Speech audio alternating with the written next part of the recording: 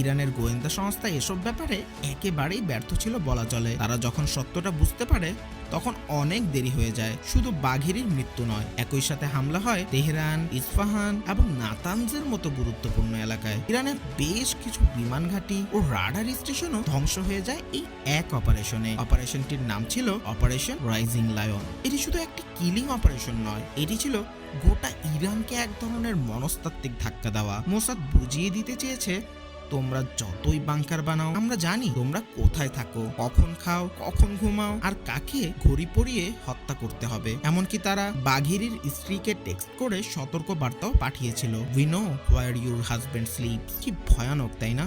আচ্ছা, এত নিখুঁত একটি অপারেশনের পেছনে কি শুধুমাত্র ইসরায়েল ছিল? না, এই খেলায় আরো সহযোগী ছিল ভারত। কারণ ইরান তাদের চাবাহার বন্দর ভারতের একটি কোম্পানিকে দিয়ে দেয়, আর সেই কোম্পানির ভেতরেই ছিল মোসাদের বহু এজেন্ট। তাদের মাধ্যমে মোসাদ